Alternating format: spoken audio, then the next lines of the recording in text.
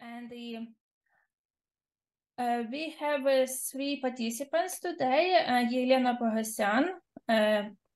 professor at the University of Alberta, Maria Mayerchik, and Dmytro Yesipenko. As I know, the first speaker is going to be Professor Pogasyan, and I will introduce him. Elena Pogasyan received her PhD from Tartu University in Estonia. She taught at Tartu University, and from 2002 onward at the University of Alberta. Her major areas of expertise lie in the 19th century Russian literature and official culture and early modern image studies. Between 2016 and 2022, Yelena served as the director of the Peter and Doris School Center for Ukrainian and Canadian Folklore. And since 2016, Yelena has developed interest in the area of immigration and community studies, in particular immigrant letter writing and photography. Maria Mayerchik, on the right of the screen, as an Alexander von Humboldt Fellow at the University of Greifswald, Germany. She holds a Candidate of Sciences degree in history, specializing in ethnology. Maria Mayerchik teaches courses on queer, gender, feminism, and folklore in Germany, Canada, and Ukraine. And Dr. Mayerchik is editor-in-chief of the referred journal Feminist Critique, East European Journal of Feminism and Queer Studies. And one more participant is Dmytro Yesipenko. He is a PhD student at the University of Alberta and the research assistant at the Cool Folklore Center. Dmytro's interests include Ukrainian historical and literary processes in the 19th and early 20th centuries, Slavic studies, and medical humanities. And his doctoral research focuses on the representations of epidemics in Ukrainian and Polish literature and folklore. And now I keep silence and the floor is yours. So please start your presentation. Good morning. Thank you for coming to our presentation. Let me start this presentation with a little story of how this project was started. And for me, it was one of those projects which, you don't really choose the project. I was chosen by this project. And this is how it started. It was 2019, and we were working on, in the center, in the Cool Folklore Center, on a love letters project. And we were working on an exhibit and a catalog for it, and we needed photographs. And at the time, Tatiana Saburova, who is now with Indiana University, and she is a scholar of photography. So with Tatiana, she was a Tompkins visiting professor at the university here. And with Tatiana, we decided to go to Glenbow and just browse through photographs there and see what we can find for our project. And naturally, right away, you start going through those hundreds and hundreds of photographs, and somehow you go back to the Gushul studio photographs, because they are very special. So we choose a few of them, and the archivists there advised us that there are more photographs at Coleman Museum. Official name is the Crow's Nest Museum. And it's not that far away from Calgary, so we continued to drive and ended up in Coleman. And can we start the presentation and show Coleman? Yes.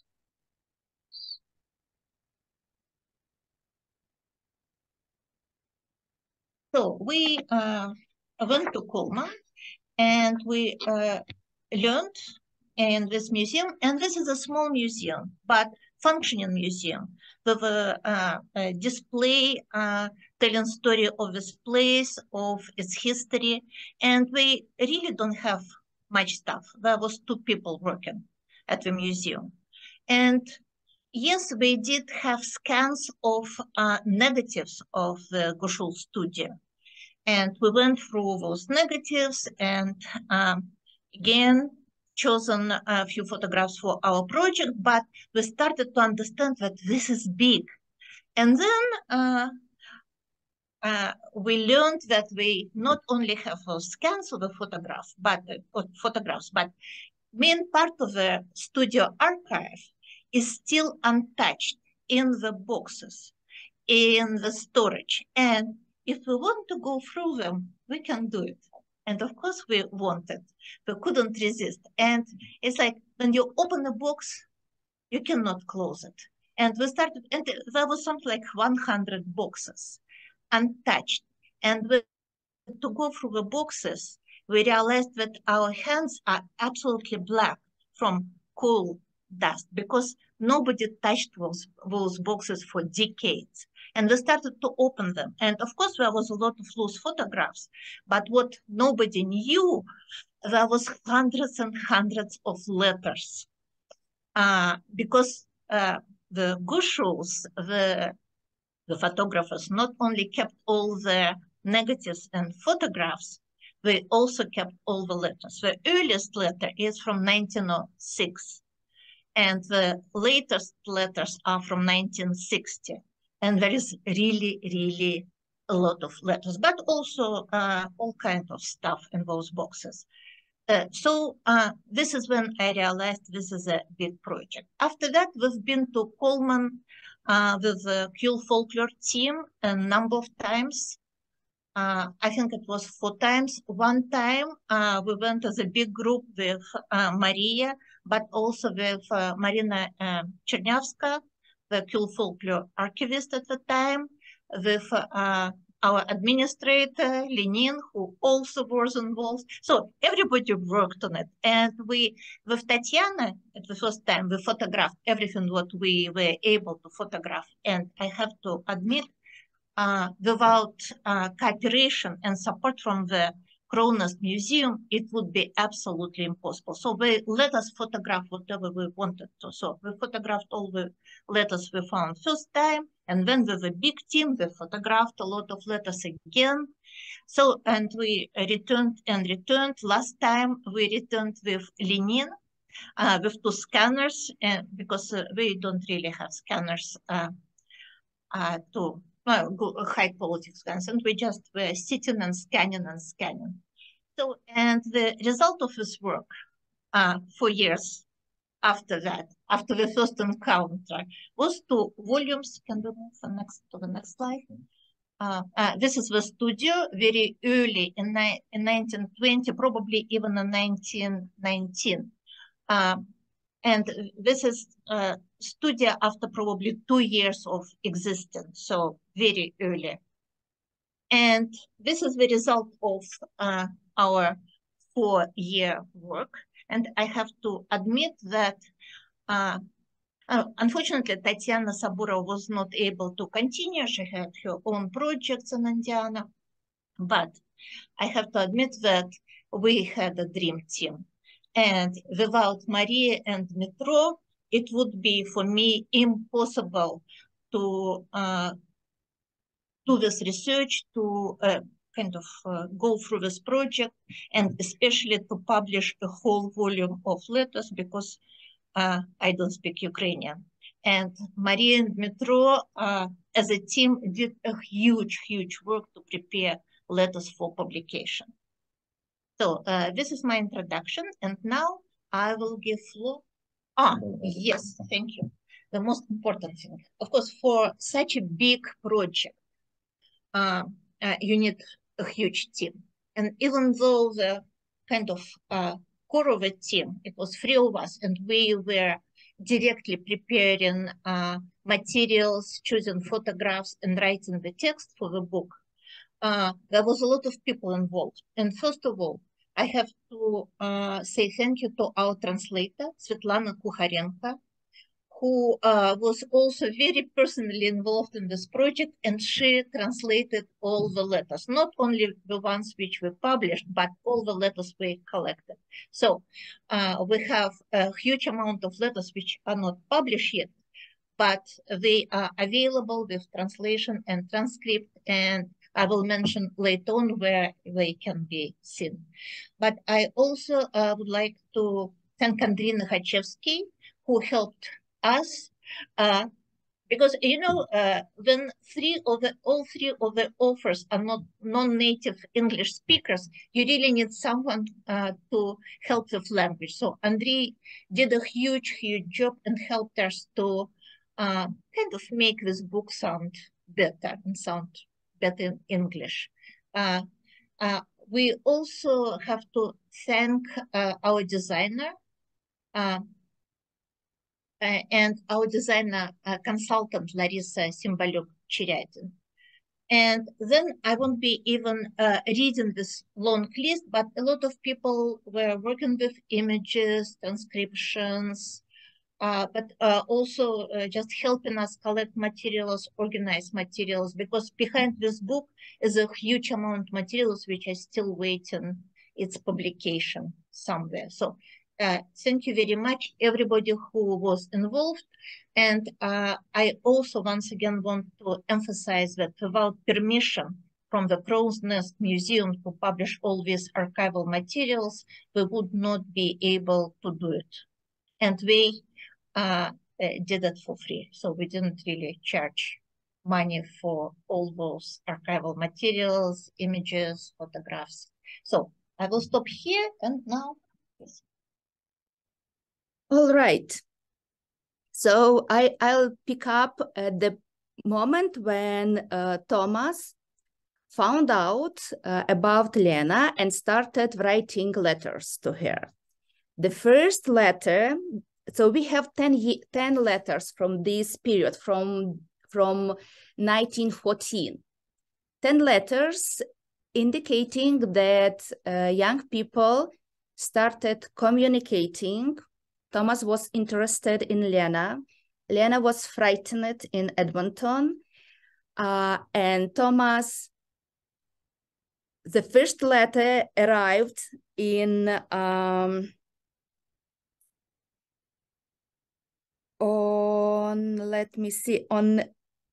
March the 7th, 1914. And in April, Thomas wrote that he is coming to Edmonton and wants to see Lena. Thomas was not, he was a very special person. He made jokes all the time. And I cannot tell you whether it was a joke or not, but he wrote a letter to Lena instructing her that she has to meet him at train station, and the moment she sees him, she has to approach and kiss him on his lips. And then he added, it is normal here, everybody would do that, so don't worry. And of course, Lena worried a lot. And another instruction was that she has to organize a place to stay for him, but she is forbidden to tell this to her, to kind of elder, adult people that are taking care of her. So it has to be secret. So he's arriving secretly, she has to kiss him, and nobody has to know about his visit. We don't know much about this visit, but what happened next, so he's in Edmonton in April, and he's going back to Coleman, and he starts organizing weddings. So Thomas wants to marry Lena. Wedding was organized, everything was arranged, meals were cooked, everything was prepared. And you know what? Lena did not show up for the wedding. In May 1914, Lena didn't come to Coleman to marry Thomas. And now this is the letter that Thomas wrote to Lena after that day when wedding was not conducted. Lena didn't come. We wanted to share with you, to give you a flavor of this communication, and Dmytro will read this angry letter from Thomas to Lena. Okay. Yes. Coleman, Alta, May 2nd, 1914. Дорога краянко Олено, це вже буде перший послідний лист від мене, отже, прошу ласкаво перечитати уважно. Головне питання є таке. Чому ти мені тоді не відповіла, як я ще був в Едмонтоні? Пощо ти мене тримала, за ким я аж не від'їхав? Я би бувся ніколи не гнівав, якби ти була мені такі наразу відповіла. Ну і хто сему тепер винен? Я чи ти, га? Я зрадник чи ти зрадниця? І хто цей встид наробив, я чи ти, га? Правда, що тобі тепер неприємно, а через кого? Через мене чи через тебе? Пані краянко, так горяче не брешіть, бо не вдається. Я знаю, куди стежка в горох. Ти мені пишеш за заручини, що їсть нікого не бачила. А ти кого би хотіла була бачити? Музики в піст. Я тобі скажу, як заручини йдуть. Отже, так, як ти мені даш вірне слово, а я тобі, і як в любі, і в щирости, то тоді сесія називає заручини. А як мені не віриш, то я тобі пішлю 10 центів і підеш подивитися на Moving Picture, і тоді будеш знати, як йдуть заручини. Еге, пані Савік. And closer to the end of the letter, he is writing. Ти мені написала, що я тебе кличу заручина. Ну, а ти мені перстень завернула? Як ти так ся розумієш на заручинах, то може бути кавалерою відмовити, а перстень тримати в себе. Дуже добре розумієшся на заручинах, бігме, ну, як вовк на звіздах. Як ти так ся розуміла добре на 7, то перший раз треба було завернути перстень. Чуєш, Божа зраднице? Прошу перстень прислати до тижня, аби я часом щось не зробив тобі. Дай прочитати до Джова Пікарда. This is the last letter from me. Please to return, ring at once. If not, I'll be there shortly, and I ask you how it should be. You're calling me how blackhead, but that is nothing. You will be remember me forever. I'll be there shortly, just for revenge. You are nice carrion and garbage. You just remember that what you was writing to me in former letters. No more to betray me again. I want to get back my ring at once. Miss L. Savick. Thomas Gushul. Yeah, and we'll continue with a sample of writing from Lena. It's not answer to Thomas, but it's her letter to old country, to Ukraine. And in role of Lena will be Maria. Yeah, we have to say probably that only letters written by Thomas are preserved. It means that Lena kept the letters, although Thomas didn't preserve them. So we don't know Lena's answers to him. But we do have one letter from this year, from this period, Lena writing to the old country, to her relatives in Halachina. But to finish this part with the wedding, they got married in several months in September 1914. As far as we understand, at that point, Lena was 16 years old, though in May, she still was only 15 and a half years old. So probably this was the problem, this was the reason why she didn't come to Coleman at the time, and we don't know if she were able to tell Thomas at the time that her documents show her wrong date of birth. So she's younger than the documents show. And this is Lena's letter to her uncle and aunts, and we don't know why aunts are in plural. So it is not clear for us, but she writes: Дорогий мій вуйку і вуйни, слава навіки, Дякую вам за лист, котрий я отримала. Може, тому місяць буде. То прошу не гнівайтеся, що так пізно відписала. Бо тут була почта заперта, то листи не йшли. І не знаю, чи тепер піде, але уже пишу. І прошу не гнівайтеся, що трохи забарила, бо ви мені ніц не писали за війну, а тут дуже бідася наробила через війну. Бо люди забрали до війни, а чиють в місті. And this is very interesting expression. Люди забрали до війни means that men, люди are men, and chilic are women. Kind of, she differentiates gender by different kind of categories. Бо люди забрали до війни, а челядь в місті. Місто не робить, бо нема кому, нема людей. І я сама не роблю другий місяць, а до краю. Я хотіла їхати сеї осени, але тепер сего року не поїду, бо нема як через війну. А Стефан, як не поїхав до війни, то найся женить. Нема чого чекати на мене. А додому я тепер не пишу, а за 3 дні напишу. І ви тоді мені напишете, як неня листи дістануть, бо там щось має бути нового і веселого. І я хочу і хати, я хочу їхати відси і даю вам інший адрес, то без те на цей лист написали більше немає що писати, і поздоровляю вас усіх сердечно, бувайте здорові. І розвеселіть найся не журять. Probably she is talking about her parents. Розвеселіть, найся не журять. Я за них не забула, але мені дуже тяжко, бо в чужім краю, а мушу терпіти. Бувайте здорові.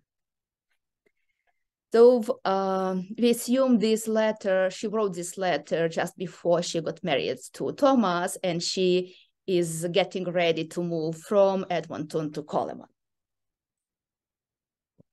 Yeah. Same letter. This is about school.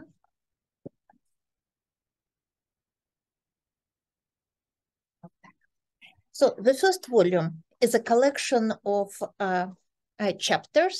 The first chapter is dedicated to the photographers themselves, to biographies of Lena and Thomas, and we decided not to rewrite it in our own words, but give voices to people from that period. So the chapter consists totally from citations from different sources. And the next chapter, starting up the business, is based on the letters which we collected.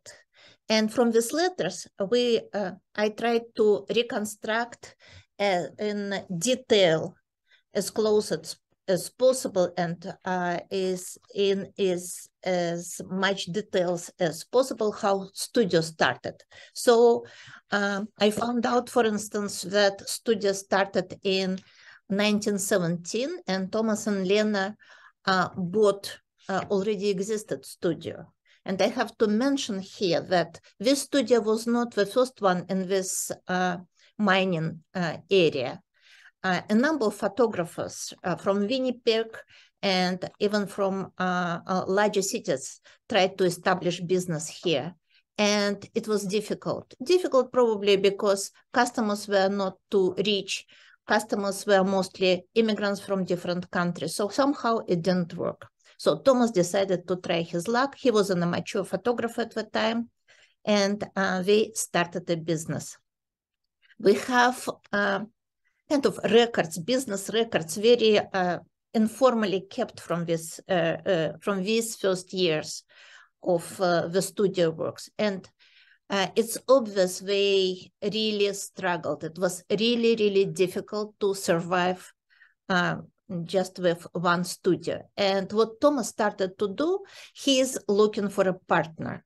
And from consultations with other photographers from the area, and some of them were Ukrainians, it was obvious for him that this business will only work if there would be another studio in Blaymore, a little town nearby, were kind of more wealthy part of the mining community. The engineers, managers lived, and with 2 studios, it would be possible to survive. And Thomas is looking for a partner to open the second studio. And he did open the second studio.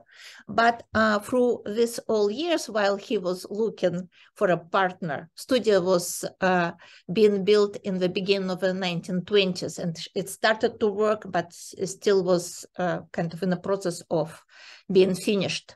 But in this 4 first years of running the studio and looking for a partner, he trained Lena, and Lena became a very capable photographer, and she did all the processing and printing. And by the end of this period, he suddenly realized that he has a partner. And from the approximately 1922, studio started to so it became stable, and it was obvious that this business works. So basically, this is a chapter of how business was built. And I just wanted to mention that in 1919, a letter, and we found this letter in the archive, Crow Nest Museum archives, letter arrived to Coleman, and the letter was addressed to this photographer from Bushtown. And Bushtown is a part of Coleman where all the Slavs lived. No, most of the Poles and Ukrainians lived. So Thomas was already well known enough to be addressed as this photographer to the letter to be delivered, but his name was not yet known. And in a few years, he was well known everywhere. He has he kept professional correspondence with photographers from Fernie, from Calgary, from Winnipeg, all around the place. So he became a very well-known member of the profession. And unfortunately, even though Lena was working at the same speed, and in some cases probably did much more kind of background work, she was never mentioned anywhere. And when in 1921, I believe, census was taken in the area, Thomas in the census is mentioned as a photographer running his own studio on his own account, and Lena is mentioned with no occupation. This next chapter, and chapter is called the Gushul Studio, a place of make-believe, is focused on the photographs themselves. And I wanted to show different techniques which were used, and I'm speaking about coloring photographs, making composites, manipulating, putting photographs together on the request of the customers, retouching, all those techniques, but also about different types of photographs, about different genres.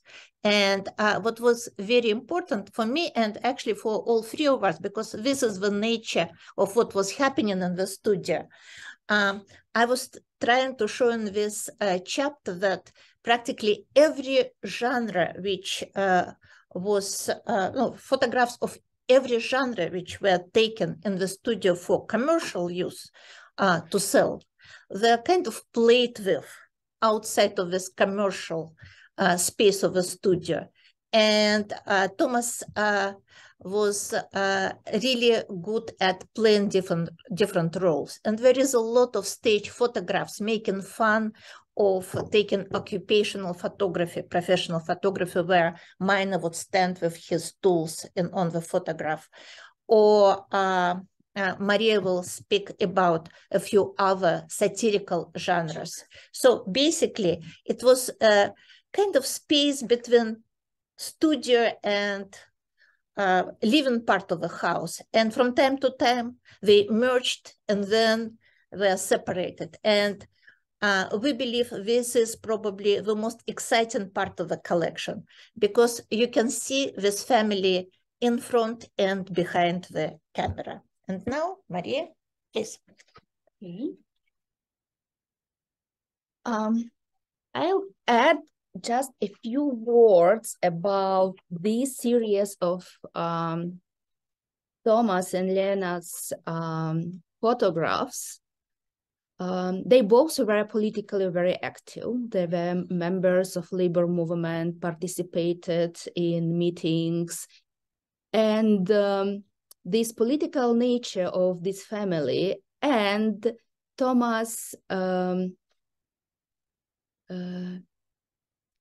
gift to make jokes all the time combined together in this political satirical series of photographs. They both created photographs which are funny, they make jokes, they express their political views through this art of photography. Can we look at Previous. Yes, the previous one. This picture with a goat was taken earlier, and it didn't have much sense for it was kind of just, we cannot read it properly, the picture itself. But later on in 1920, something happened in Coleman. One person wrote a letter published in a newspaper saying that Ukrainians and Slavic population in Coleman are all uneducated drunkards, and they don't have to be accepted in Canada because they are not good people and not good workers, and they are all communists, etc. So what Thomas did, he wrote an answer to this publication, and in this publication, this answer, he again made some jokes over these prejudices against Ukrainians and other Slavic immigrants. And in addition to this, he kind of retouched his older previous picture and added this ribbon, kind of ribbon was there. He added a text to the ribbon, making jokes over prejudice against people from Eastern Europe. And even, can we go further? They even made jokes using their own wedding. As you can see, after serious photographs taken during their weddings, they also created this kind of series that makes jokes about unequal relationship between men and women and in their times. And just to reflect this art of ironic satirical photography, we also published a separate chapter about their political views and political satirical photographs. Mm-hmm. That's it for me. Okay. And now I would like to present to you the second volume. I believe that Yelena already said about the corpus of the texts that were found, and that the earliest of them are from the beginning of the 20th century and the latest are from the 1960s. And as you can see, we have few chapters here. It's kind of continuation of the previous volume. That's why it's chapter 6. And in this first chapter, we have correspondence between Thomas and Lena, and you heard one of the samples, two samples of this correspondence. And indeed, it's only Lena who preserved these letters, which says a lot, says volumes, I believe. Following chapter number 7 is interesting. Why? Because it's telling about a cousin of Thomas Gushul, whose name is Dmitry Matsko. He was born also in Rozhnev. It's a very interesting figure. He lived not that long, but his biography is full of exciting details. For example, we know about internment camps for the citizens of Austrian-Hungarian Empire, for Ukrainians mainly. And Dmitry Matsko was there, but he was not imprisoned. He worked there. And thanks to this fact, later on, he was able to build a pretty successful career as for Ukrainian migrant. And I would like to show maybe Yeah, so this is a box with the letters, and we can see Thomas and Lena on the right side of the screen. We can see Thomas with the fruit of the love of the relations, their children Nadia and Ivan Gushul. And it's interesting that Ivan Gushul, his interview is included in one of the Cool Center projects, local cultures projects. So it's very exciting actually to listen to Thomas' son, to Lena's son, and about the stories of the miners of that community. So live voice. And on the left side actually is Dmitry Matsko, this cousin, very creative person, very interesting person, the one who worked at Stanford. So it's very interesting actually, and I encourage you to read this chapter among others. The following two chapters about include correspondence with friends from two cities, Michelle and Natal in British Columbia, BC. Unfortunately, the city do not exist now. And it's story about friendship, it's story about jokes. Once again, they came from the same region in Halichina, and it was actually very interesting to read behind the lines about the stories, about the connections. It was sometimes it was kind of encoding of what does it mean, for example, for some period of time we thought that the last name of one of the guys is Karlovac, and then we understand it's Karlovan, and it's related to actually Halichina, to toponym from there. So it's really exciting, and it was exciting for us to prepare this volume, and I hope that it would be exciting for you to read about that, because it's story both about Canadian migrants, about that period, first 2 decades of the 20th century, but it's also story about Ukraine some way. And actually in the very last subchapter of the second volume, it includes not letters, but history of the native village, which is called Rozhnev. It's Ivano-Frankivsk Oblast. And today we were excited to hear that today we have actually people who originated from Rozhnev too. And actually we know that in Edmonton, we do have people with the last name Gushul. And now in Halichina, it's like numerous Gushuls. And one of these Gushuls, he helped us a lot. Actually, he provided us the right to present part of this research. This research is, as you can see, by Fedor Matsko, and Fedor Matsko was a brother of Dmitry Matsko, so he was a cousin of Thomas Gushul, so extremely talented family, not like two persons, but extremely talented family as a whole. And once again, it's very exciting to read about the background of these people in Ukraine, and not only that, because some people from Canada, they came back to Ukraine, they organized political activity there, they opened like clubs. So it was kind of not influence from one side only, but mutual cooperations and relations. So this is the last subchapter of this volume. And I believe it's actually all, and we are ready to receive questions, to hear your questions. We already received something, right, Larissa?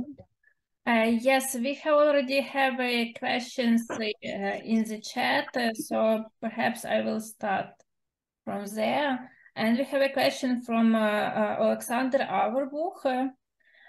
He has two questions to the presenters. The first question is, what were your guiding principles in the selection of letters for this publication? And second question is, this project, for understandable technical reasons, because Thomas didn't preserve Lena's letters, voice is only a masculine voice, Thomas is one. How do you frame so resize this imbalance in your book? To put it differently, what ways, methods, strategies did you use to bring Lena's voice back, if any? Oh, you go ahead. Yeah. So first of all, about selection, we need to mention, actually, it was mentioned at the beginning that much more letters were digitized, photographed, and also translated by Svetlana Kukharenko, but Yulia Kisla also, and they are available on the website called Such. And we are thankful to Marina Chernявska and to Sia Chernявska that this is possible. So if you're interested in reading, in learning, maybe for your research, you can continue this process by looking at the materials at that site. So for selection, for example, with communication or correspondence with Fred Michaluk, I believe we tried to include as much as possible to present the dialogue with Thomas Gushul 20 years as a whole. For the Metermatsko, it wasn't that possible because that was a lot of documents, a lot of letters, and unfortunately, because of the level of preservance, sometimes it was hard for us to reach all of the texts at once. So as Yelena mentioned, there were 4 visits, and during the first visits, we were not able to make all photos, all scans. So sometimes because of very technical reasons, we didn't reach all the materials. But we wanted actually to tell, not only present these letters, but to tell stories of the lives of these people. And as like from our perception, as it was accessible for the audience, that's why I hope that like these sub-chapters as a whole, they present particular stories of relations between Thomas and his friends, or Thomas and his cousin, Thomas and Yelena. With Yelena, we presented everything that it was possible, so we didn't omit anything. Yeah, I'll add probably. I think that letters that are left behind, that we didn't use, are not less interesting than the published ones. We took everything from internal family correspondence, probably as much as we could, and then correspondence with friends is huge. We selected 2 or 3 of kind of networkings, but again, just as an example,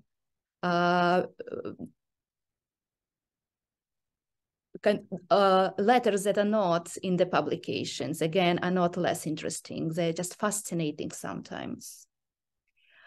As for Lena and Thomas, balance and collaboration is a very interesting and good question, because they were friends and comrades, not only kind of wife and husband in classical sense of these words. They collaborated, they worked together, they loved each other very much.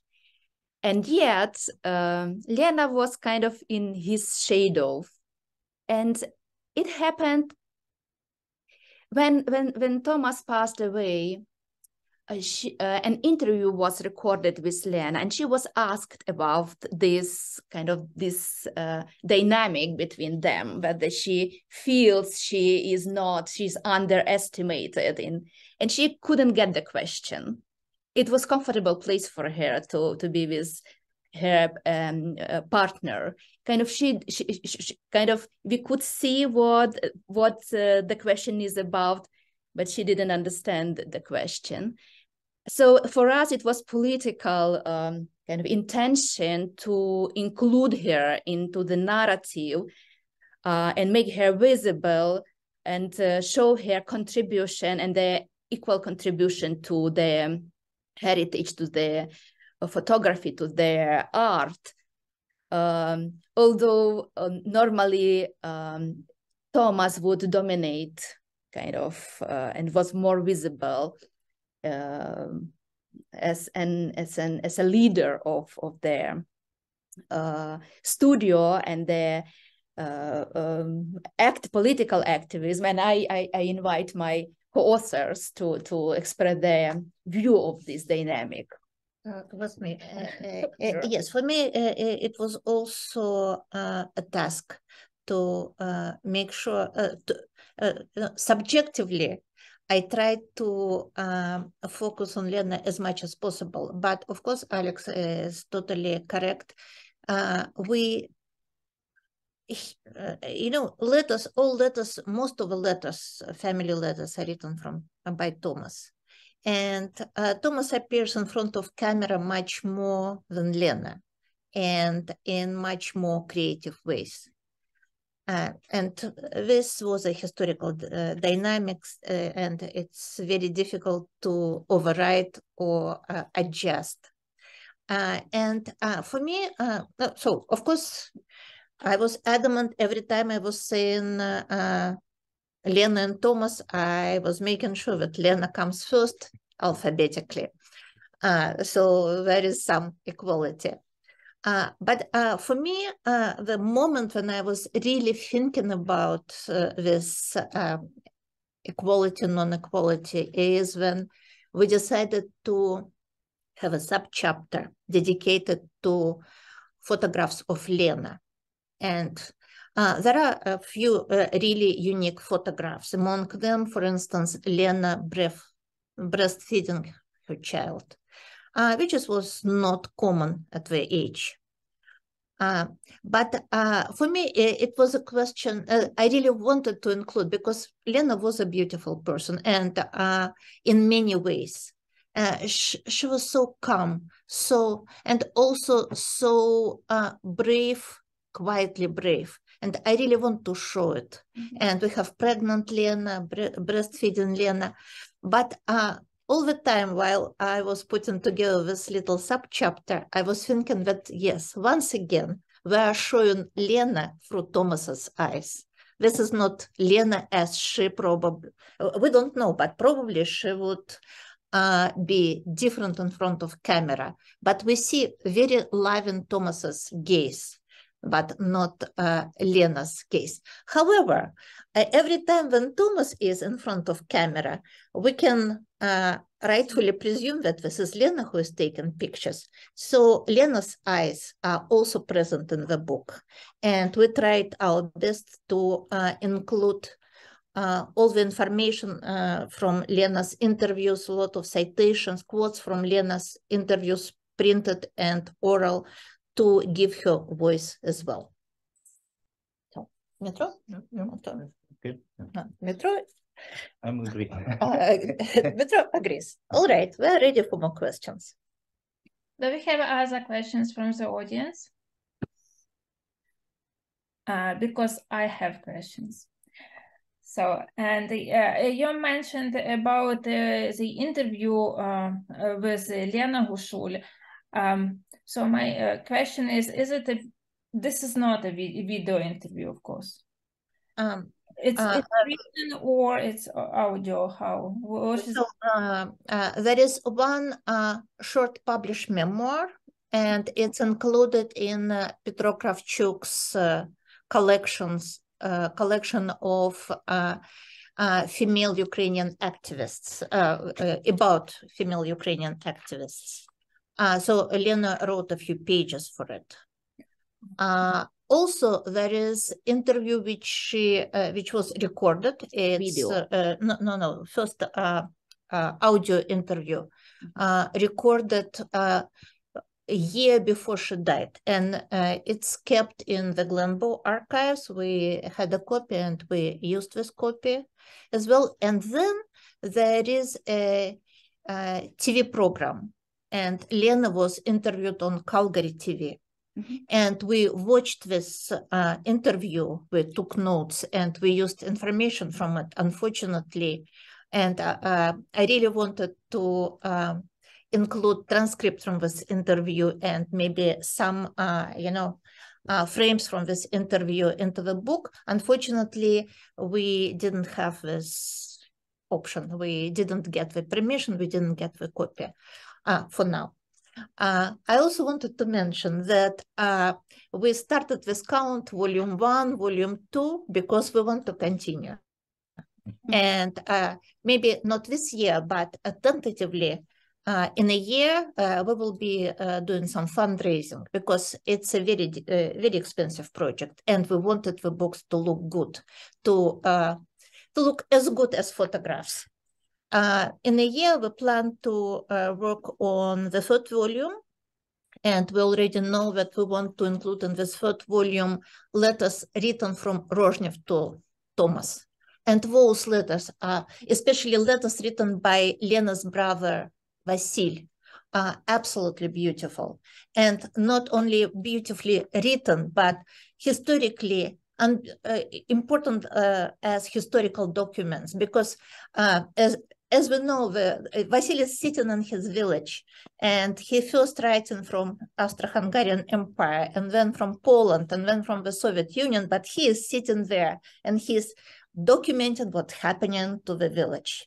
It's, I believe it would be really interesting publication, but we also have some other chapters which we want to add. And I really hope that we will be able to give a little bit more voice to Lena, and maybe we will be able to receive rights to transcribe and print this video interview, which is not really widely available.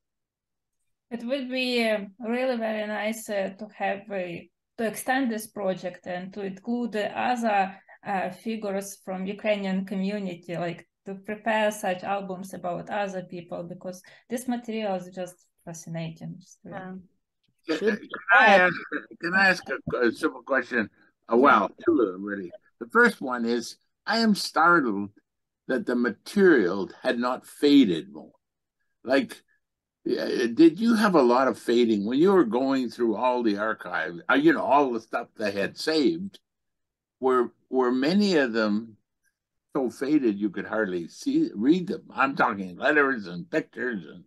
Yeah, and you know, I think this is only thanks to the fact that nobody ever opened those boxes. You know, if you have closed boxes covered with coal dust, it's safe. It's well, and Alberta is a very dry province, so it's the letters are not faded.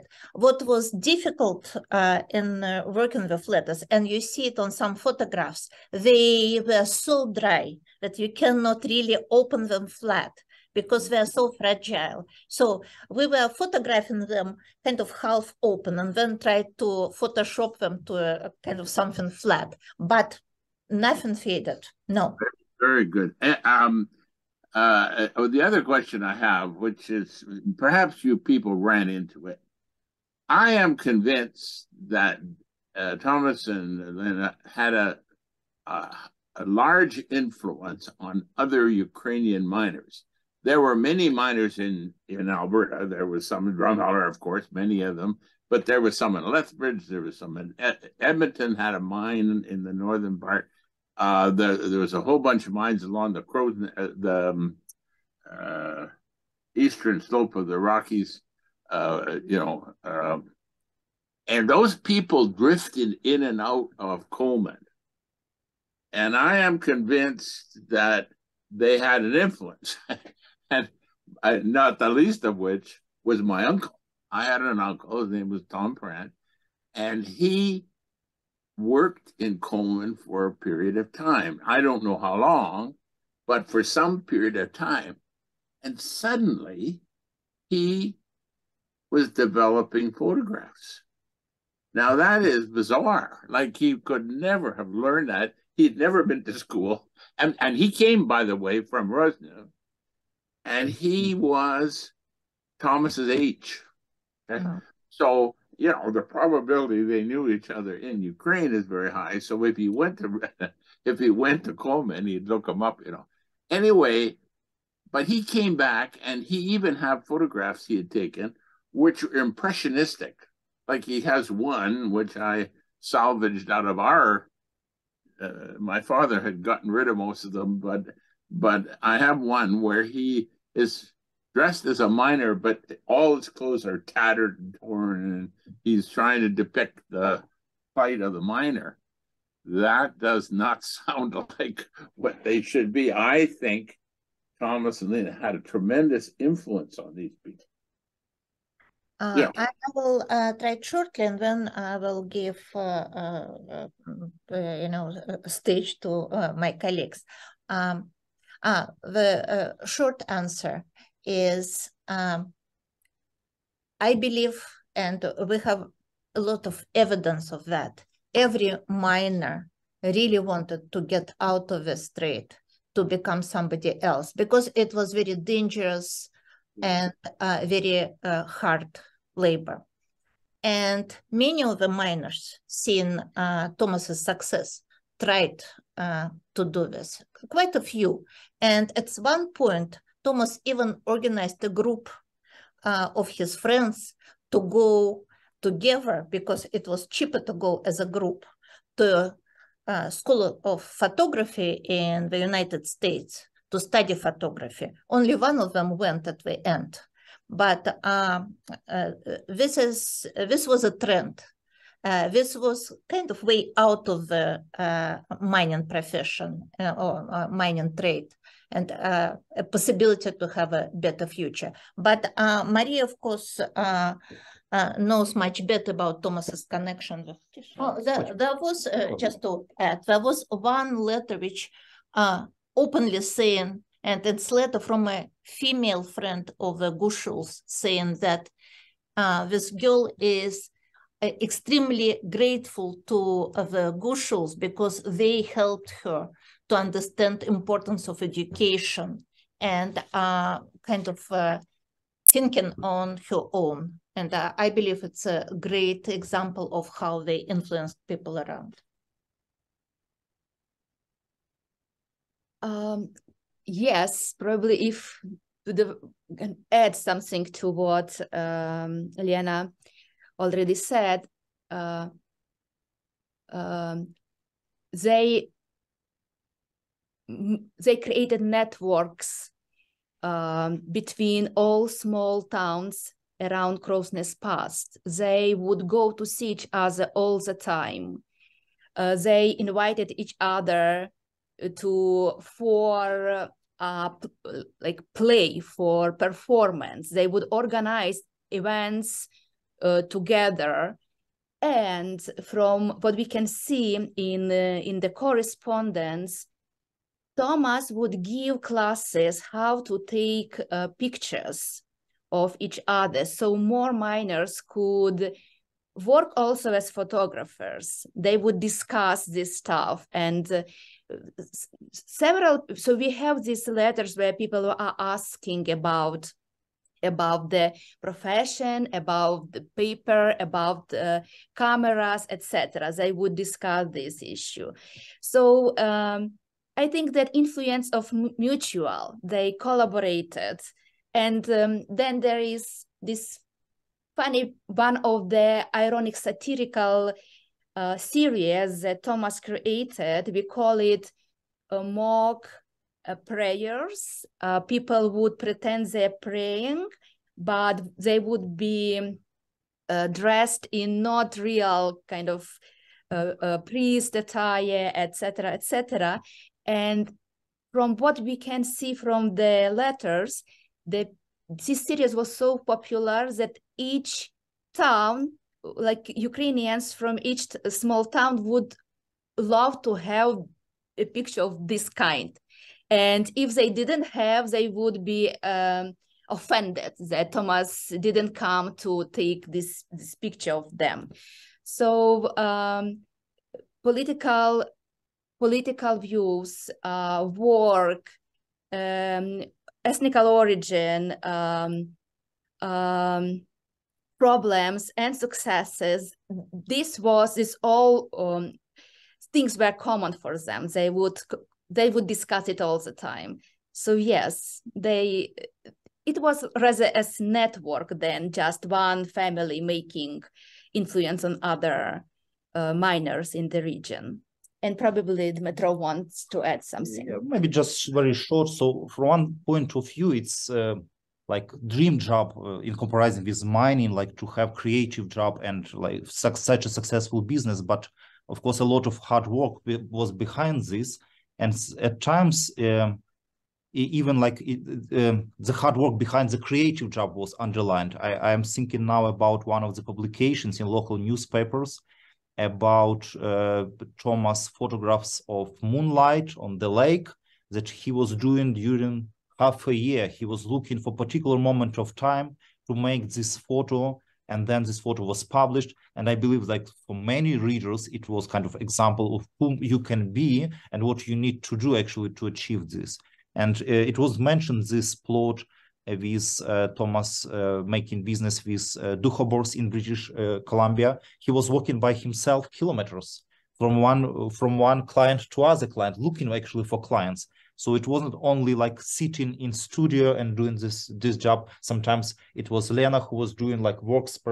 He was writing to her, please do all day long. You need to work. We need to work. We need to make this business. So it was really hard and in some sense it was unique situation for Ukrainian immigrants, and you needed to find this place, this niche. They were not the first people, not pioneers in Alberta, but they were among pioneers, among immigrants. Yeah, I mean, but I'm not an expert, but I spent enough time in photography to understand they worked with such primitive conditions like that. Their studio is, I mean, just developing photographs and doing all the stuff they were doing with the water they had and stuff. It's hard to even believe they did that. Like, it was breathtaking. It was very, very, must have been very hard, and it must have been, it required a great deal of talent and patience. They're developing and all this stuff. It just had to be great. Anyway, I'm very impressed with what they did. It was, and you got to understand, I also grew up in a little coal mining town. I know how primitive they really were. Most of the people. They didn't have running water, I don't think. I don't know. Oh my gosh, it is a very interesting point, because actually what they had small stream, like river, small streamer at the back of their yard, running through their yard. So what would they do? Children would go down the flow to catch photographs, which are kind of water picked up.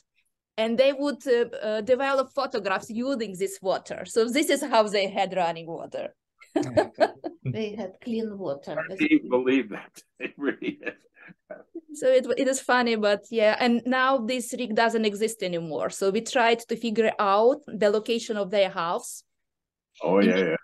I couldn't understand why we cannot. But then we were told that this stream doesn't exist anymore, so the location cannot be found exactly only. And just one thing I wanted to add to previous questions, and not only we have a recording of Lena's interview, but the archive has their home video. In the late 60s and 70s, they already had a video camera, and Thomas would create a lot of home video. And this is very interesting material too. Oh, yes. And we have a question or request from Krista Chomyak. She asks to talk about the photographs of the mines that Thomas took. Yeah, he was a miner. We didn't include many. I think we have one example just to show variety of what Thomas did. And this is what Thomas did without Lena. He was working already with his son, Ivan, who was also a photographer. This part of Thomas's kind of creative heritage is better known, and many of those photographs were published, so we decided not to include them. But yes, this is what Thomas is famous for as a photographer. He developed this very sophisticated, and now I'm not a photographer, and so I won't be getting into details, this very sophisticated way to photograph dark mines without using anything, something that can trigger explosion. I escaped my mind. So basically what we did, we had a very small light, and even was moving with this light. And Thomas was taking this photograph with kind of a part of the photograph where kind of exposed light and by even step by step. I don't know details of the technique, but technique was very innovative, and Thomas took those photographs. It was one of the commercial successes of Thomas's when he received the big. Are their children still alive? Even no, he passed a few years ago. And there was only one child. No, there was one daughter died, 4 children, and I know that some there are numerous grandchildren, and they are alive. So there is a big family, and there are few family publications about Thomas and Lena. For instance, in the big collection of the Crow's Nest and its People, there is an article written by the family members. So we know this kind of family point of view, how they remember their grandparents and parents. It was a large family. But Thomas even was the only one who became a photographer, even though all the kids helped in the studio.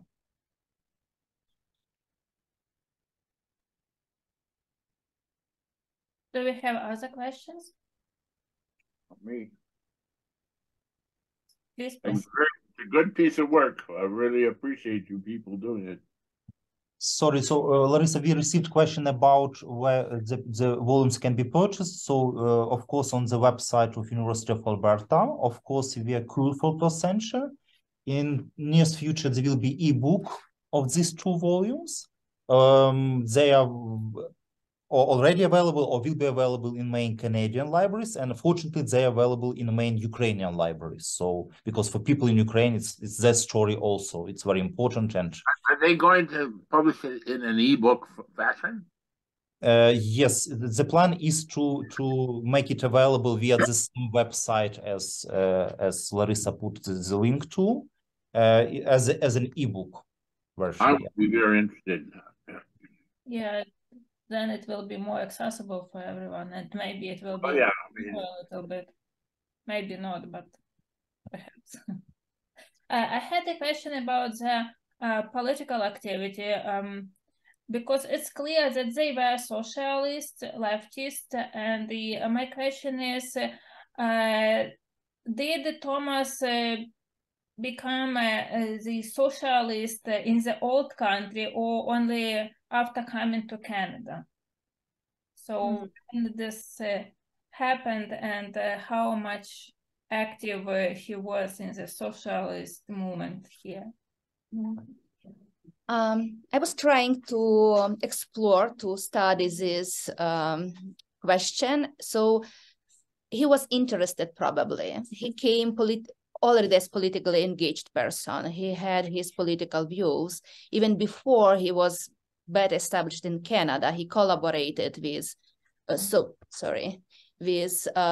socialist activists. He educated people. He would travel and start reading political literature, newspapers to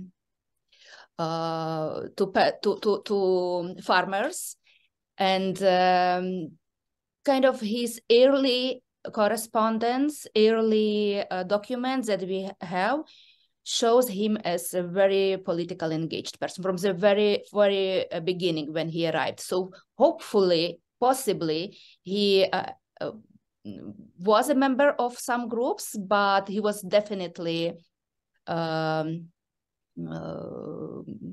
he has his political views at that point. Yeah, probably that's it, but what we can say now. I remember in the letters, they talk about workers' strikes, the mines, and I'm not sure, but perhaps somebody was asking about photographs. So, but I think that you don't have the photographs of the strikes of the Huge number. He would take it as his mission to take pictures of strikes and manifestations and marches all the time. Yeah. And actually, this is one of the chapters which we may be adding to the 3rd volume. We didn't include those photographs because people on those photographs are very small, it's large groups. So it's important as kind of statement, a political statement that Thomas was documenting it. But photographs themselves are not very impressive. You just see groups of people. However, one of those photographs we included in the, I think, second chapter as a in the beginning of a chapter, and this is photograph in Michelle. This is strike in Michelle and demonstration, and on this photograph we can see that there is a dressed up policeman and dressed up another character. So it also shows that those political events were not all serious political business. It was also a lot of fun, and we played probably little, they played with it, they dressed up, they're enjoying it as well. It was, again, another type of entertainment, and political life and political beliefs and everyday life and everything what was done was very closely connected to the Gushuls. Thank you very much. Do we have questions, comments? Because if we do not, then I would like to finish our today's meeting and to thank you to our participants and to our attendees who joined us today. And this is tomorrow we have Easter, but still people participated, found some time. So thank you. And Thank you. And thank you so much for organizing it. And I want to once again state that it was a dream team to work with, and I feel really lucky to be part of this team. And thank you, Larissa, for organizing it. Thank you, everyone, for Thank you, everyone. Happy Easter to everyone. Смачної Пасочки усім.